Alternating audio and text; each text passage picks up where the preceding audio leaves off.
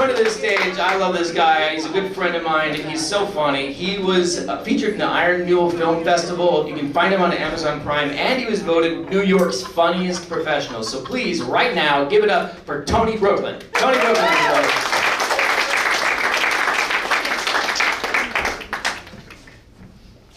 Jeff McBride, one more time, Jeff. Yeah, hey, the announcer guy's back. Let's go, Pete. How you guys doing? You all right? You seem really nice, man. If I had a conscience, I'd feel really bad for what I'm about to do to this place. But I don't. You guys want to hear the first joke I ever wrote? You ever see those warning signs at bars that say, like, warning, drinking during pregnancy might cause birth defects or birth complications? You ever see that sign? Yeah. I was wondering how come not next to that sign there's not another one that says, warning, the consumption of alcohol before you're pregnant might cause you to become pregnant.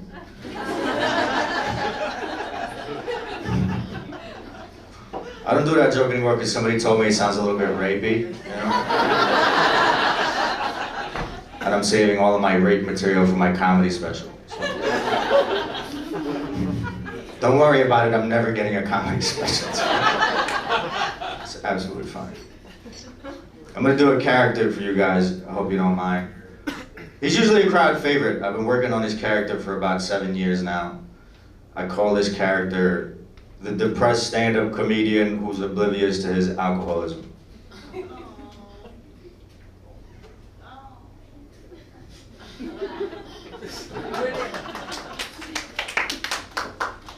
And scene, thank you very much. Are you guys keeping up with the 15 drink minimum for the show? Is it just me? What the fuck? It's just me? Alright. It's always just fucking me. We gotta change those flyers, man. 15 drinks for the show. I don't know, I don't think I'm actually depressed. That's probably not true. I do get some anxiety around my birthday. Does that happen to anybody? Your birthday comes around, you get a little anxiety. Some of you, the rest of you are dead inside. You fucking too cool for feelings? What's up? I feel like it does happen to most people, whether you want to admit it to yourself or not. And I was trying to figure out like why that happens. And I think it's because we're counting up till nobody knows when. Okay, it's until you die. What I'm saying is the number is ambiguous and it's not constant for everybody. So every year you have to keep checking. Like, shit, is it 60? You know, 65, check your blood sugar. And all the cool shit you could think of always happens at a countdown. Right? Like think about New Year's. 3, 2, 1, there's fireworks, the ball drops, right? You hook up with your best friend's sister. Whatever you guys do on New Year's. But so I was thinking about that. I think we should implement the countdown system. And when you're born, you start at 80, all right? And you work your way down. And then if you hit 0 and you don't die, you win. Something nice, like a brand new car. Like the government has to send you a brand new car, and whatever you want too. Bentley, Ferrari, you know what I'm saying? What do you guys drive out here? F-150. Whatever your favorite shit is the point. Whatever your favorite shit is, the government sends you a brand new car. And here's the deal, for that one day, no speeding tickets. You won, fucking no DUIs. All right, you don't even have to stop at traffic lights if you don't want to. You get to push that baby to 200. You bump your favorite song. You do whatever you have to do. All right? But the deal is, at the end of the day, you have to drive it off a cliff. Because you're 80. And it's fucking time. What do you think you're gonna accomplish at 81 you couldn't do by 80? College? Get the fuck out of here, man. Listen, at least I'm giving you a chance to go like a goddamn rock star, right? Brand new car, drunk as shit, 200, bumping your favorite song, last famous words off the cliff. I never loved your mother, fucking.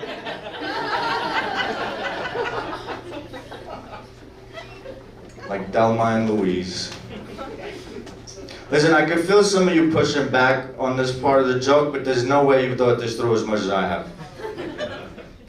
What we're gonna do is we're gonna have an event. Alright, once a year, maybe twice a year, we're gonna take all the 80-year-olds in their brand new cars, and we're gonna have them race off the Grand Canyon. Come on, you don't wanna see a death race? Fuck NASCAR. Bunch of 80-year-olds in Ferraris. Their cars can do like 300, they're still doing like 45. I can sell tickets to that shit, man. I kind of romanticize about selling this idea to the government. Because you guys aren't aware of this yet, but I'm actually eliminating a lot of the problems we have in this country with a very simple death race. For real, like one is overpopulation. You know that was a problem. I don't know if there's a good talking point in fucking Tennessee, but like in places where people want to live, there's like a lot of people. There's not a lot of parking spaces in New York, you know? So overpopulation is one. Two, I'm creating jobs for Americans because you have to pay somebody, you know, to clean up the Grand Canyon. You can't just keep dumping cars into the Grand Canyon. It's not environmentally conscious, you know? So you gotta have somebody on payroll to clean that up. And three, cherry on top, we'll save Detroit. Somebody's gotta build the fucking cars again, right? Motor City back on the map. Woo! That was the most applause Detroit has ever gotten. Just then, 5 seconds ago. Nobody ever gives a shit about Detroit, it's so sad. Have you guys ever been? Anybody here been? Yeah. To Detroit? Coldly. If you haven't been to Detroit, did you see the original movie RoboCop? It looks just like that. With the burning trash cans and everything. Like, you know, except they don't have robots. Or cops. I don't think they have cops in Detroit. The fucking place needs help. Alright, so what I'm proposing here is a race, right? What happens at the end of the race? First person across the finish line gets a prize, right? So first person off the cliff, millions of dollars. To leave for your next of kin, your kids, your grandkids. Wouldn't that be nice? Give them some cash. You all hate your fucking family that bad? Give them some cash, they'll build you a monument. A monument, fuck a tombstone, a monument. It'll be like the Lincoln Memorial, and then your dumbass face right next to the Lincoln Memorial.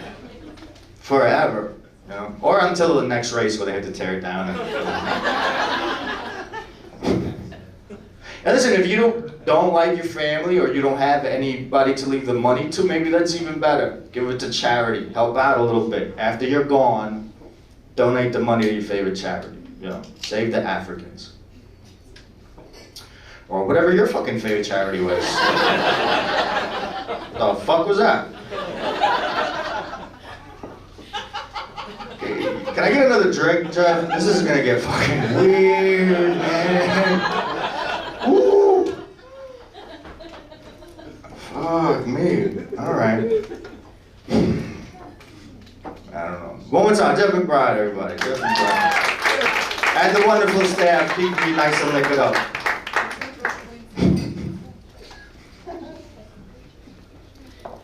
Alright, maybe I can't sell this idea to the government, fair enough. They probably wouldn't bite. I don't know shit about politics. I have something in common with Donald Trump. I didn't say what it is yet. Why are you laughing? It's our small hands. Fuck you, lady.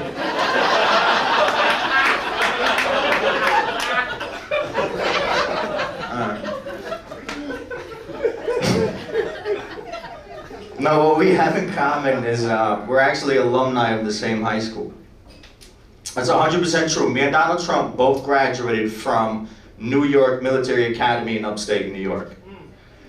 And I don't know if you guys know a lot about military school, but there's only 2 reasons you get to go.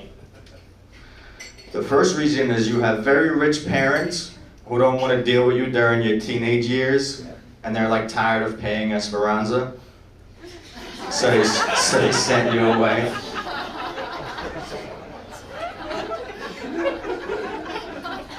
And the second reason is you get court ordered to go there. And I'm gonna let your imagination figure out which one me and Donald Trump are, respectively.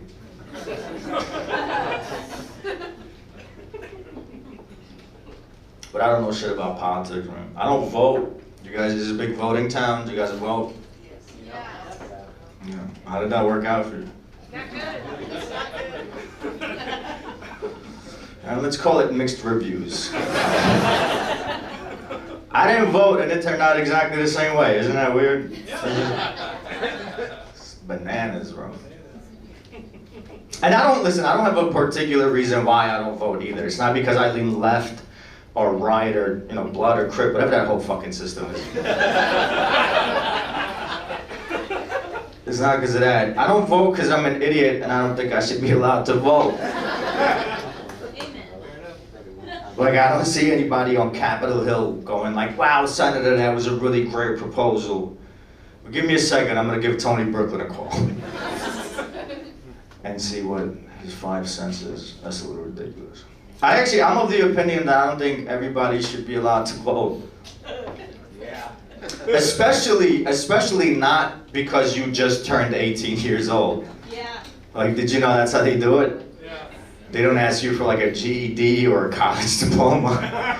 They were like, hey, it was your birthday yesterday? Fucking have at it, son. Have you met an 18-year-old recently? Yeah. They're not exactly cream of the crop. You know what I mean? I don't trust them to put ketchup on my burger most of the time. And we're just letting these geniuses figure it out? Like, how is that the fucking system? Shouldn't there be like a small IQ test? Yeah. Like before you get a chance to vote, and a small one. I don't want anybody to get mad at me just yet. That's gonna be later in this.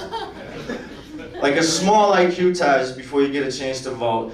20 questions, and the first question would be, what does IQ stand for?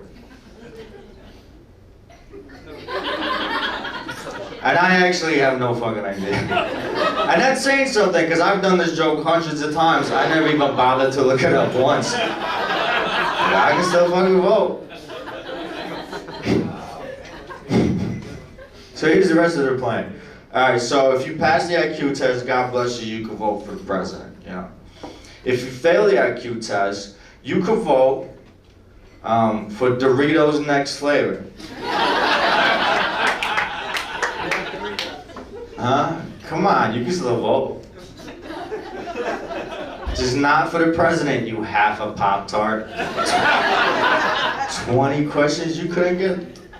How'd you get out of high school if you can't cheat through 20 questions? Oh, that's not how all of you passed high school, just me and Donald Trump? Just the two of us? Alright. That bit is called Politics is Bullshit. I'm fairly convinced politics is bullshit. You know what really tipped me over? You guys remember not too long ago, it was the biggest government shutdown in United States history? You guys all remember that? It was the biggest government shutdown in United States history. And then nothing happened. Nobody got fired. Everybody still got paid. If Facebook shut down for 2 weeks, we would have all killed each other. And the government of the United States shut down and nobody even fucking noticed. The government could be shut down right now, you'd have no fucking idea. Because we asked you to silence your cell phones and you wouldn't get the push notification for the government shutdown. I was upset. When nothing happened, I was really upset. Because I heard all this speculation, biggest government shutdown, history. I was like, yo, the cops are about to go on strike, man. They're gonna shut off the electricity. There's gonna be fucking riots everywhere. So I went to my drawer and I got my black ski mask and gloves out because I was gonna go looting.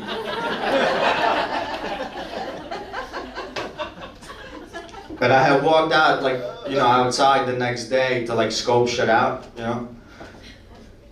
And I had to call a friend. Like, hey, man, is the government shut down? And he was like, yeah, it's all over the news. They can't figure out the budget. They don't know what's gonna happen. And I was like, are you fucking sure all of this shit still works? What does the government do? Exactly, right? I still have 14 flat screen TVs from when Hurricane Sandy hit New York. And the fucking government shut down in the longest time in history. I couldn't sneak gum out of the fucking deli. Like, listen, if it makes you feel better, I sold the flat screens a long time ago. I don't currently have them. You guys really into this voting thing? You think it matters? Let's do a real quick thought exercise. What do you guys think would happen if nobody showed up to the presidential election in 2020? If not a single soul, hypothetically speaking, if nobody showed up to the polls to vote for the president, what do you think would happen? Trump. Congress will elect President Trump. He would just stay president? Yeah. No, Congress will elect the president. Congress will elect the president? Anybody? That's it? Alright, so what actually would happen is absolutely nothing. Because the Electoral College would still cast their votes. The representatives of your state that get together and ultimately vote for the president would still cast their vote. And we would either have a new president or it could still be Trump. I'm not saying either way. What I'm saying is that the only thing that would actually happen is that nobody here could argue about who they fucking voted for the next day. And more importantly, the second thing that would happen is all of you would stop giving me shit for not fucking voting. There's people in the back Googling shit. It's like, is that what really would happen? What the fuck? I thought this was a comedy show. It's a fucking PSA. I don't know. I really don't give a shit who was president. Trump, fucking. It could be a squirrel with 3 nuts. I don't care, it doesn't matter. I'm a stand-up comedian. Like, even Hitler liked Charlie Chaplin. You know what I'm saying? Yeah. Yeah, I just said the thing. What are you going yeah for? I like how this guy's like, yeah, the rest of you were like, who the fuck, what is he talking about? Is that too dark, or is that like not a reference you guys are getting? Okay. Traveling, doing comedy, this cool shit, man. I get a lot of stage time now that I'm on the road. I get more stage time when I travel than I do back in New York City. And with all this stage time that I'm getting, I sometimes forget that I'm not famous yet. And nobody has any idea who I am. Like, clearly, nobody in this fucking room. Give it up for your headliner. I gotta go pee so fucking bad.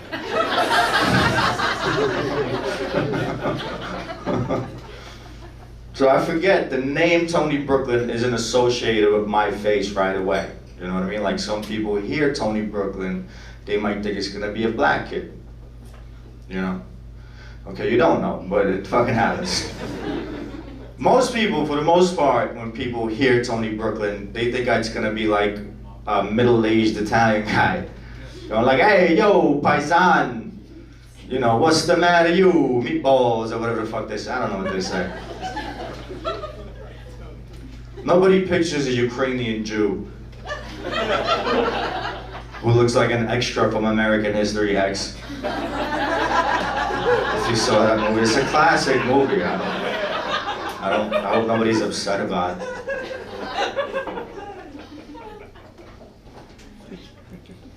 You know, it's fucked up. I only found out I was Jewish when I was 19 years old. Right? It's a little late. This is what happened. So, are you familiar with Birthright? You guys know what Birthright is? A couple of people. So if you don't know, Birthright is an organization that if you're Jewish and you've never been to Israel and you're under a certain age, they'll take you for free. They'll pay for the flight, they'll pay for the hotel, and the bus in and out of major cities. And I saw this and I wanted to apply. I hadn't realized that there was a background check. They weren't just giving out tickets.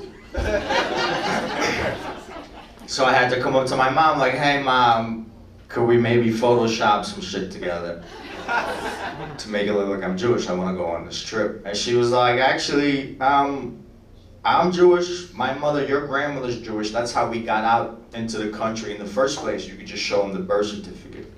And I was excited. I was like, I get to go on this trip. This is awesome. And then as I was on the flight, I was like, 19 years old, Mom?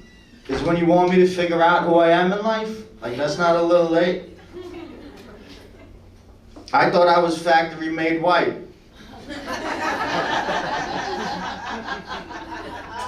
Because I was born in Ukraine. And I very distinctly remember going to an Eastern European Orthodox Christian church as a kid. You know? None of this Catholic shit, the real Christians. It's funny because they're both fake, shut up. And being a Christian, I became an atheist, as you do when you're a Christian.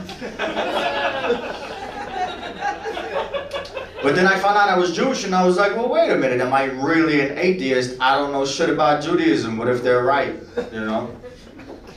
And then I had looked into it. And not only are they also wrong, it's the same fucking book. Did you guys know it was just the Old Testament and weird hats? Like, that's it. And I don't want anybody in here to keep lying to yourselves. None of the stories in the Old Testament make any fucking sense. This is the part where everybody takes a sip of what they're drinking. Yeah. All right, Old Testament. So, Adam was made out of clay. And then Eve was his rib. And then the clay man and the rib lady made all the people. Do you understand how much incest that is? Not even in Alabama is that an okay amount of fucking incest. And I fucking done this joke in Alabama. And even they were like, hey man, I actually hadn't even had thought about that shit until you brought it out. Good. I'm paraphrasing. I think she liked the joke. I don't know. Fucking #1 fan of me. And then God murdered all of us. Do you guys remember the story of Noah? Where he was like, hey Noah, come here.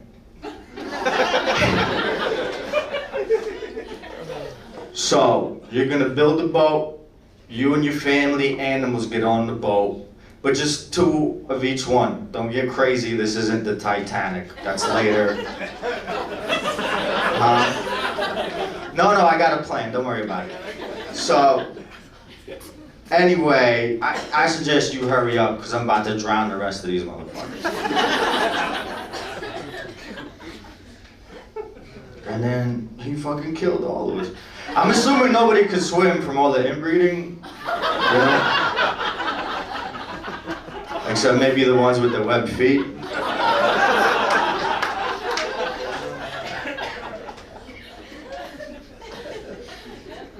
Man, fucking killed all of us. Listen, if you're upset, oh no, but so, shit.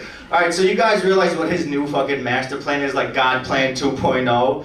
Is that now Noah and his immediate family have to now repopulate the earth. That's still a ton of incest. What in the Game of Thrones is this guy's fucking problem?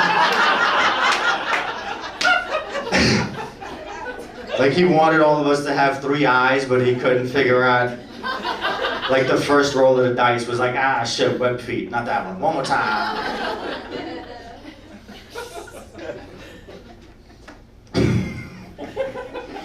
Listen, if there's anybody in here that's really upset about this part of the joke, just remember, okay, Jesus died for your sins. Woo! Yeah, that's like his whole thing, right? He died for your sins. So, you know, it's on his tab. Start sinning. If you don't sin, he died for nothing. Is that what you fucking want? Logic is where I got you. Logic was the one.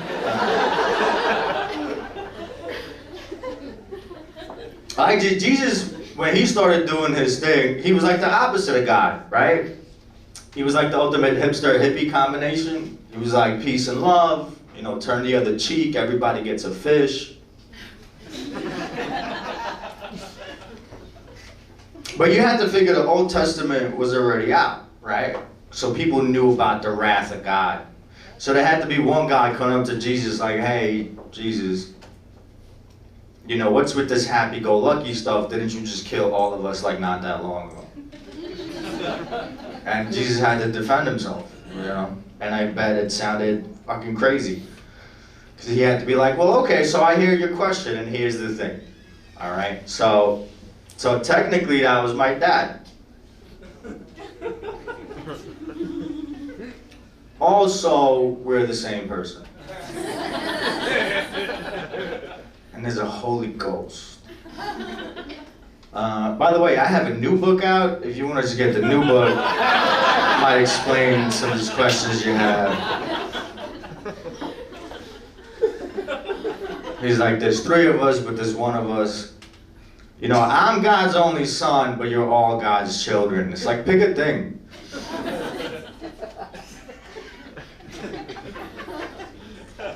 You know the part that gets me is, why do you have to go to meetings and read a 600-page book to realize you shouldn't be a dick most of the time? That's it. And then when you are a dick, just say you're sorry, like, ah, shit, I was a dick. My bad. You should just say amen and get it over with. Like, that's fucking God. All right, Tennessee, we did the Jesus shit. Good for you. You fucking got it.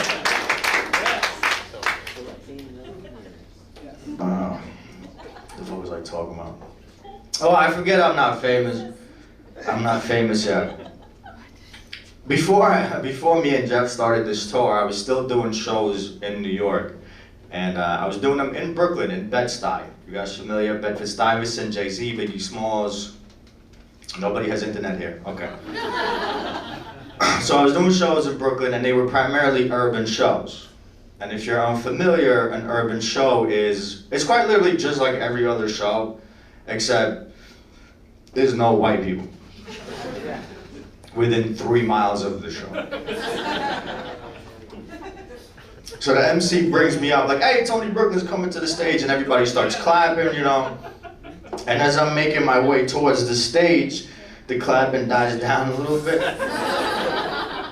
And the audience looks at me like somebody just fucked up their sandwich order. You know, like that face like, hey, I didn't order mayo on this. What's going on with this lineup? So I got on stage. And before I could pick up the microphone and introduce myself and really say anything to the crowd, there's a very large black gentleman who's sitting right in the front row. And he goes, hey man, why you call yourself Tony Brooklyn? Like that. And I was taken back. I didn't have anything ready. So without contemplating a response, without thinking about it, what was truly in my heart, what I ended up telling this man was, "'Cause of my big black crooked dick."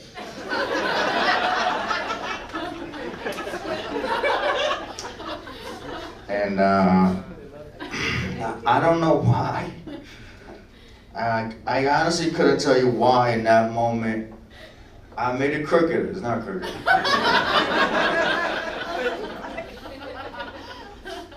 It's not, at least to the left a little bit, but I wouldn't call that crooked per se.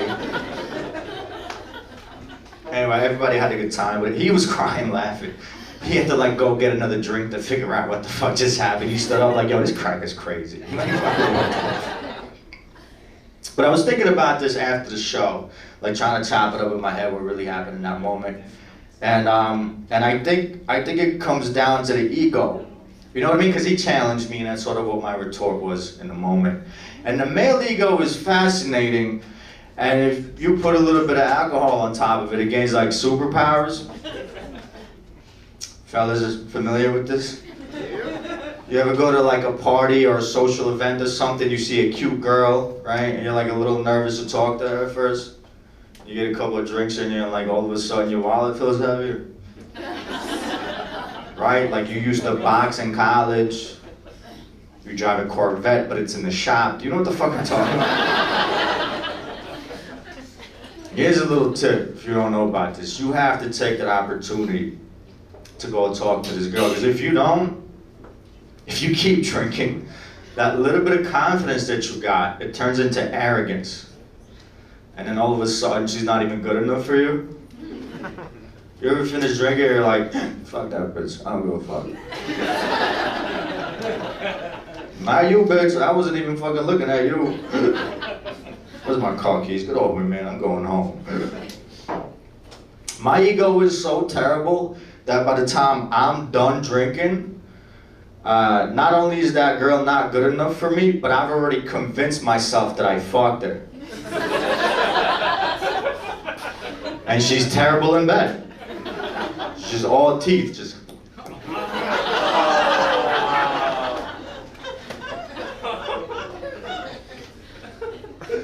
I got a big ego, man. Regular size dick. It's just a regular white people size dick. Like, it's identifiable.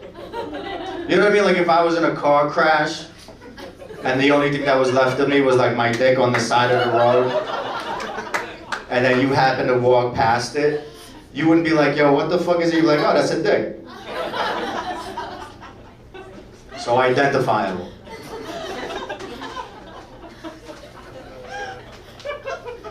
Do all black men have big dicks? Somebody's done the research, apparently.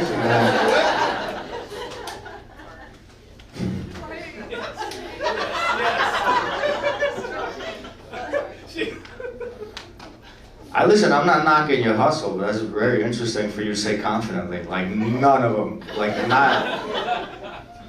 But you've all heard the stereotype, right? Like, all black guys have big dicks since, like, high school or whatever. You've heard the stereotype? I was taking a shit the other day. And I was talking to Jesus.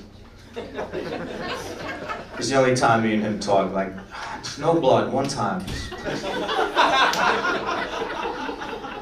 Just taking a shit. And I had sneezed. I sneezed. And my dick went into the shit water. It fucked up my whole day. Fucked up my whole day. I had to wash my dick in the sink, you know. Cause like I wasn't at my house. What am I gonna take a shower? Like, hey, are these towels clean? No, don't worry about it. Just wash my dick in the sink. And usually when you're washing your dick in the sink, it's like a good thing, cause you're probably gonna get head later, right? Nobody's gotten head here before. Fuck all of you. All right, whatever. But it's, you know, washing shit off my dick. But I was thinking, so like, all right, if every black guy out there has that extra inch on me, right? Does that mean they always get their dick in the shit water? Like without the sneeze? It seems like such an inconvenience. You have to put it on their lap, maybe. But no, because you pee a little before you shit, so they gotta pee and then shit every time. And I've been to black people's homes, there's no like extra equipment, there's no penis girdle for when you gotta shit. So what I'm saying is, you know, no, I don't think they all have big dicks. Just probably most of them. Definitely not the ones you fucked, apparently. You need to try again. I don't know.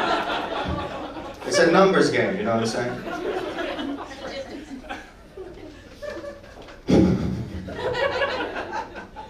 Man, you went from politics to Jesus to digging the shit water. All right.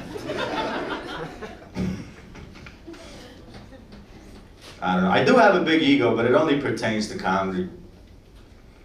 I won a comedy competition some time ago in New York City. Thanks for the applause. You guys are fucking great. I know they're cheap applause. I still fucking want them. I have a spotlight on me. You don't think I want cheap applause?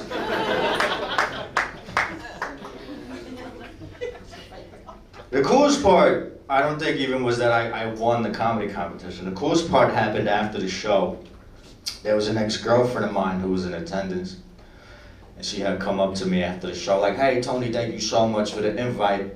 I didn't think you were that funny. I was like, did you see the whole show? She was like, yeah, I stayed to the end. I don't know, I didn't think you would have fun. I was like, did you see the part where I won? The fucking...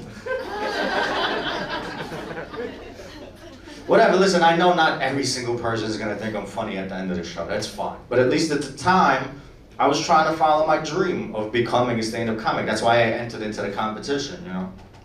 And I know for a fact that she's always wanted to be a professional dancer. And back then, you know, she wasn't even a stripper yet. She was a bartender. So it's like, maybe get off my back, live your life a little judgy. Anyway, to make a long story short, about 7 months after that, I married her. Yeah, that's right. You don't think I'm funny? I'll marry into your family, make your entire life a circus. What's up? Let that shit slide. We got married. Are you guys familiar with the question, what came first, the chicken or the egg? Yeah. They call it a paradox. They say it doesn't have an answer. And I'm not like super bright or anything like that, but I think I figured it out.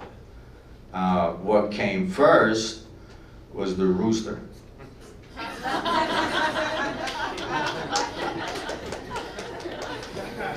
And to be honest with you, I don't think you waited for the chicken to finish. And I think he left before the egg ever showed up. That joke is called, I was raised by a single mother.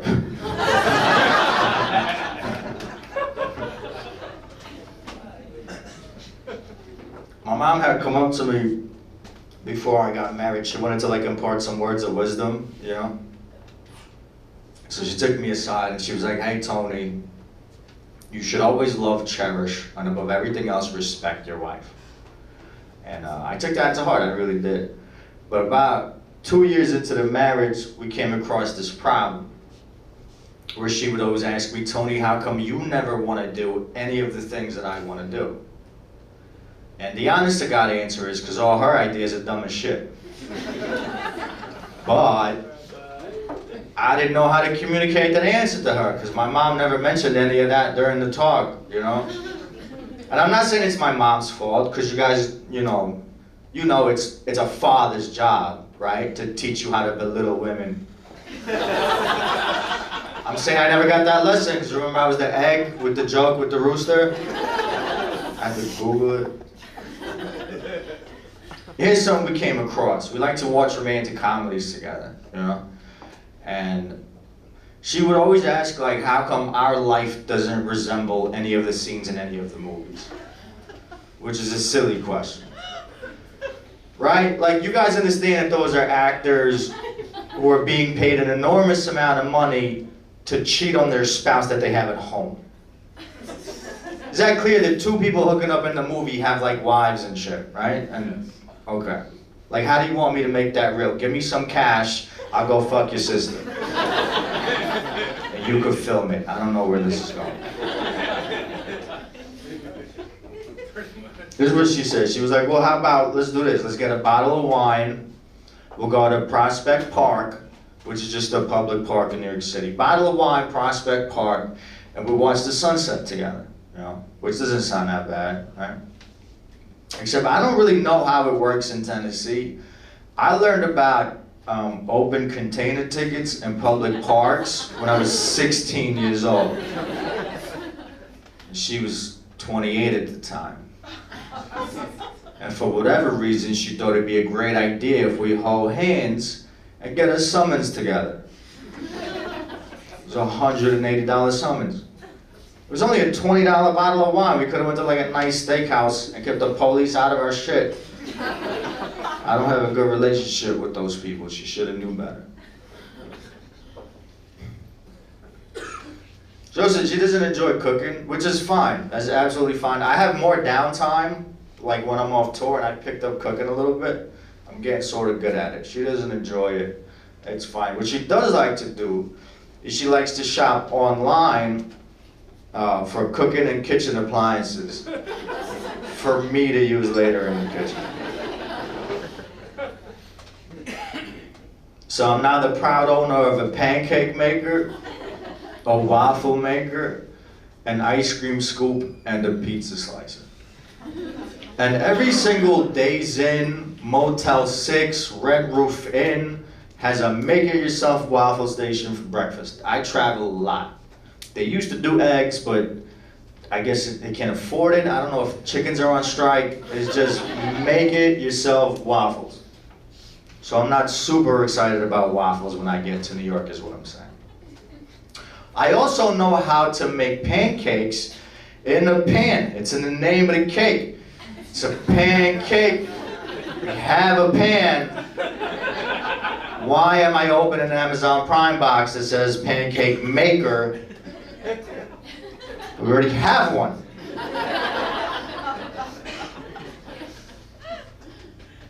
Can we all agree that an ice cream scoop is just a retarded spoon? You ever try to eat soup with an ice cream scoop? You can't. You can't do it. You know what you could eat ice cream with? Any other fucking spoon in the world. You could use a spork. I saw a guy use a butter knife. Just believe in yourself. You know what I mean?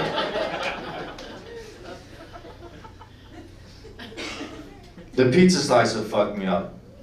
Like, as a person inside of who I am, when I opened up the box and I saw the pizza slicer, like, because you don't have to have ever actually been to New York to know that it's very well known for its pizza, right? We could all agree on that.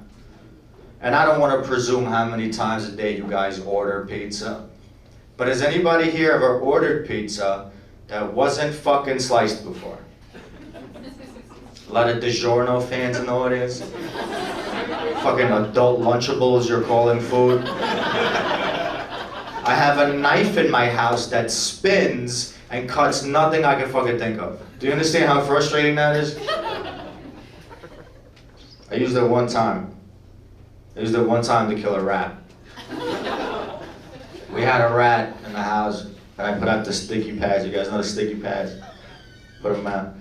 Woke up in the morning, got caught in the pad, and I went to throw it out. I took the pad with the rat in it, and I went to throw it out into garbage. She stopped me, like, no, wait, don't just throw it out. It's gonna like suffer and suffocate, and then die. You gotta kill it. I was like, kill it? What the fuck do you want me to kill? I got just the thing. Never mind. Hold on. Fucking rat. It's a $13.99 rat killer. One-time use. That joke is called I'm divorced now. Is that clear? I don't want anybody to be confused. I'm single as shit. Right? Everybody was like, yeah, we fucking got it. I remember the moment I think I realized that our relationship was gonna go south. We were outside. It was very close to sunset. She was wearing a white dress. There was a violinist for some reason. And then she said, I do. And I was like, fuck. The title became real important, husband and wife. I'm your husband, you're my wife. Or rather, the other, you're my husband, I'm your wife. But it's not like I forgot, I bought the ring, I was there for the whole thing. I'm fully aware you're my wife. You know, you used to be my friend, do you remember that? Can I get my friend back and get this white bitch out of my house, please? I'm running out of room with all the Amazon products. Like, we used to fuck in the back of movie theaters, and now I'm arguing with you what the killer's fucking rodent with. Like, what part of the contract was this shit? I don't remember. Shut the fuck up, she's right here. I don't know. This is the analogy that I came up for women after my divorce. I'm gonna do the joke. You can be quiet. I don't give a shit. I think women are like a Rubik's Cube. Are you guys familiar with the contraption Rubik's Cube? Everybody knows what it is. I think women are like a Rubik's Cube because there's only a certain amount of people in the entire world that truly understand the inner complexities of it. And the rest of us don't give a fuck. That's my favorite joke. It's my favorite joke for one very simple reason. I could always read the room to know where the joke is gonna land, and I have an out. I have an out. I could say women are like a Rubik's Cube because they're colorful, interesting, and intelligent. And I never do. I always go with nobody gives a fuck every single time. Every single time. Because it's just a dumb joke, and I'm true to my craft, so you're welcome.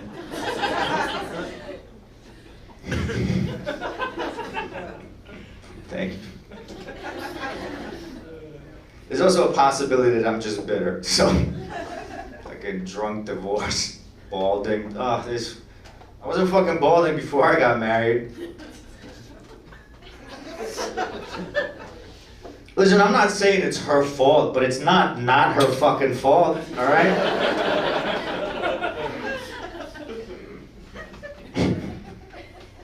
I was upset when I first noticed my hair started to thin. I was upset. So what I did was I called up doctor. Excuse me, not a doctor or my doctor, just doctor. Like that's how the guy introduced himself to me. I was like, yo, what's up with Tony? He was like, yeah, I'm doctor. I was like, that was all of it? All right. Whatever, I don't have insurance. He doesn't have a license, it works out. So I called up doctor. And I was like, hey man, I think I'm starting to lose my hair. Is there something we could do about this? And he was like, all right man, why don't you come by my house? I'm gonna give you some estrogen pills. That's what I did too. What did you think I wanted to grow a pair of tits? That's not what I said. I said, I'm losing my hair. He was like, well, I think what's happening is your body's overproducing testosterone. And I want to counterbalance that with the estrogen pills. And I was like, wow, okay, overproducing testosterone. What if I just jerk off a lot? Wouldn't that get rid of the testosterone? And he was stumped for like a minute. And then he was like, I actually can't think of why that wouldn't work. Because they've never done a case study long enough to figure out the correlation. So that's what I'm on now. Clinical trials of chronic masturbation. I have no idea if it's working or not, but it feels amazing. And if you really want, you could use lotion. Just on your other head. You get it now. This is not a big porn town. You guys really don't have internet here? Only on Thursdays after 6? Man. Somebody told me that porn is $1 billion industry. Do you guys know about that? $1 billion industry. Anybody explain to me how? Porn's been free for a very long time. Who's paying for porn? Somebody told me it was product placement. I was like, anybody ever notice what's behind the two people fucking? Is it like a can of Coke sponsoring the video? That everybody just seems to miss for some reason? Like, they're not wearing jerseys with logos on them. What the fuck are you talking about? A lot of people buying lampshades after they just rub one out? The fuck? I'm not knocking porn, by the way. I'm into porn, I like it. I actually affirmed a lot of things about myself from watching porn. I affirmed that, one, I'm definitely not a titty guy at all. And two, I don't care about anybody else's sexual preference, sexual orientation, whatever you got going on at your house is beautiful, it's got nothing to do with me. Assalamu alaikum, live your life. And this is what happened. I was watching this chick doing the striptease, right? And as the striptease got down to the good part of the striptease, it turned out it wasn't a chick, it was a guy with some tits. And I don't know if we have the same doctor or not. He had beautiful hair.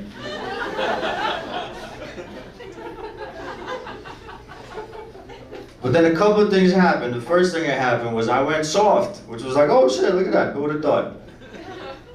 That's not nothing. I didn't give a fuck about the tits, it was the dick that threw me off. So it's good to learn about yourself. The second thing that happened was a little bit more interesting, at least to me. The second thing that happened was, I wasn't mad at him.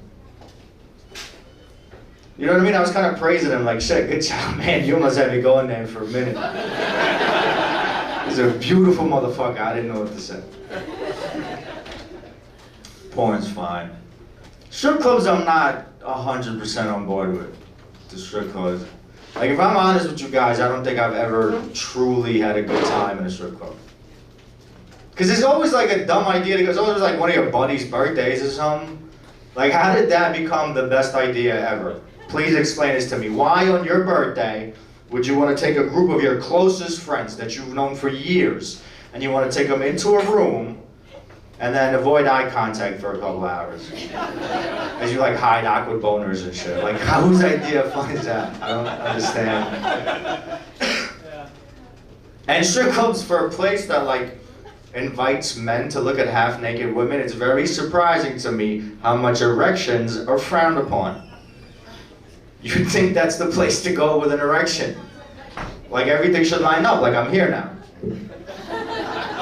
Like, this makes sense. But no, it's not illegal to have an erection, it's just not welcome. And this is how you know. Nobody in the strip club is allowed to touch your erection. Your friends can't touch it, the bouncer can't touch it, the DJ can't touch it, the fucking stripper can't touch it. What is the point of that place? Blue balling yourself for a couple hours? Listen, if you're the guy in the champagne room getting like a $200 fucking whack job, could you go get a hooker like an adult, please? You fucking teenager. And it seems like there's way too many of you in here, because that was quiet as shit. So I'm not really on board with strip clubs. But all my guy friends are like, I'm divorced now. Like, hey, let's go to the strip club, you're single. I'm like, I don't want to see your bulge, bro. Let's not. Let's go to the dive bar where I have a chance. How about that?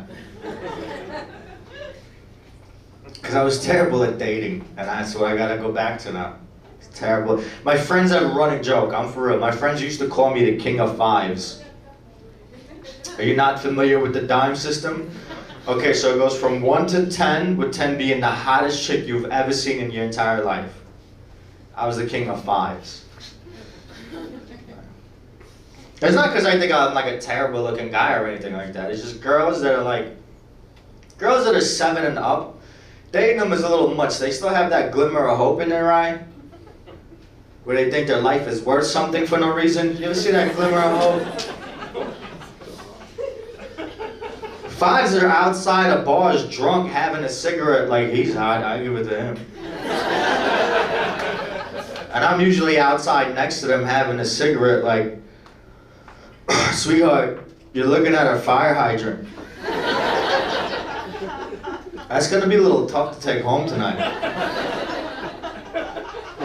But I'm right here and I have legs, so how about we do this? It usually works, man. If you buy him a drink, you can stay at the house for like a week. It's amazing. Hooking up with a five is a lot like pissing on your shoe.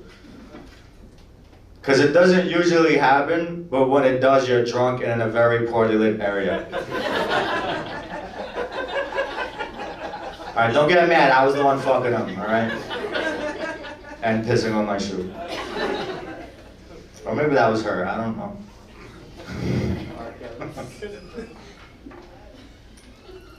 I don't know, even like the times where it did sort of work out, it fucking didn't. Like, I remember, before I got married, the last chick I was hooking up with, we were at her house, man, we're doing the foreplay, everything's going great, and then right in the middle of it, she was like, no, Tony, wait, what are we doing? What? At what step in this process did you forget what we're doing? Half of my hand is inside of you right now. What we're doing is losing my erection. Shut the fuck up.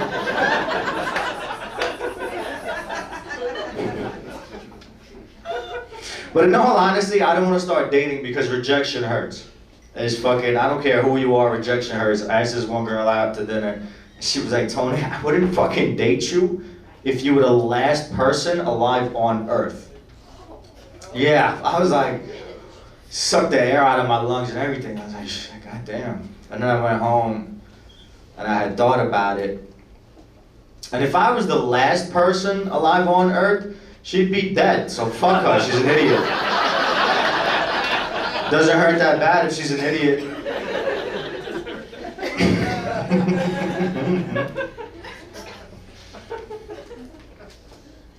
Alright, let's do one more and I gotta piss like a fucking one. You don't understand. Alright, a little while ago, me and a friend of mine were watching the Saints game. We're watching the Saints game, and I wanted to enter what I thought was going to be a friendly bet. I was like, hey man, I bet you $20 the Saints are going to take it. They're going to win the game. And he turned around and looked at me and he was like, alright, I bet you your firstborn child that they're going to lose. Which is odd. Because have you ever made a friendly bet before? It should be an equal monetary exchange. Off the top of my head, I don't know the rate for newborn babies, but it can't be $20 fucking. Not American. Not with this inflation. Also, who are you right now? You're gonna bet my firstborn child versus the Saints of all teams? Like I thought he was gonna grow horns and take out a fiddle or some shit like that. Anyway, I made a bet. Because I could have used the $20. And the Saints fucking lost that game. They lost it hard. And guys, I gotta tell you, if you remember anything about this show, I was raised in Brooklyn, New York. And I was always raised to stay true to my word. So later that night, I fucked his wife. And now he's gonna have my firstborn child. What? Don't get mad at me, because I figured out a loophole in his dumb ass fucking bet.